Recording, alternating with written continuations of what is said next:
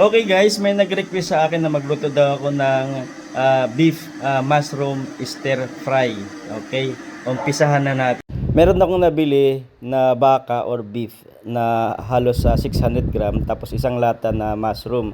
Ngayon, hiniwa ko siya into bite size para mas madali siyang kagatin at manguya. Ngayon, lalagyan ko siya ng cornstarch o di kaya corn flour kung ano yung available dyan sa kusina nyo. Kung wala, bumili na lang kayo sa tindahan ni Aling Bebang. Ngayon, lalagyan natin siya ng soy sauce o di kaya toyo. Tansyameter lang guys. So, tsaka para mas lalong masarap, lagyan natin ng oyster sauce. Then, imimix na siya gamit ang malinis na kamay. O, di ba? Hindi naman kami nabakal. Malinis lang na kamay guys.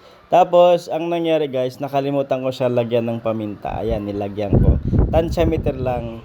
Tapos, habang nakamarinate siya guys, hiniwa ko na yung sibuyas sa bawang. Then, painitin na yung mantika sa kawali. Lutuin na yung baka para lumambot ka. Yung sakto lang siya guys na palambutin mo siya. At hiwag naman hilaw. Ganyan siya. Dabon set aside mo. Same kawali guys, ilagay natin yung butter para mas mabango. Then pag natunaw na, ilagay na natin yung bawang. Tapos sibuyas. Stir fry lang din natin guys. Tapos kung lumabas na yung aroma, ilunod na natin yung isang latang mushroom. Yung mura lang naman para maganda at masarap. Tapos ilunod na natin yung cornstarch. So para mas lalo siyang masarap guys, lagyan nyo ng either Nestle cream o di kaya powdered na gatas.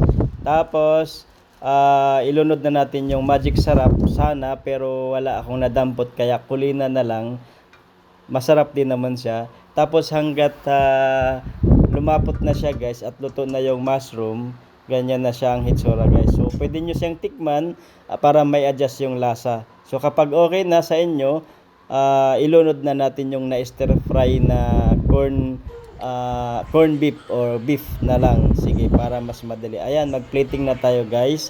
Ganun lang siya kadali yung paglagay at pagluto. Ayan, tikman na natin guys.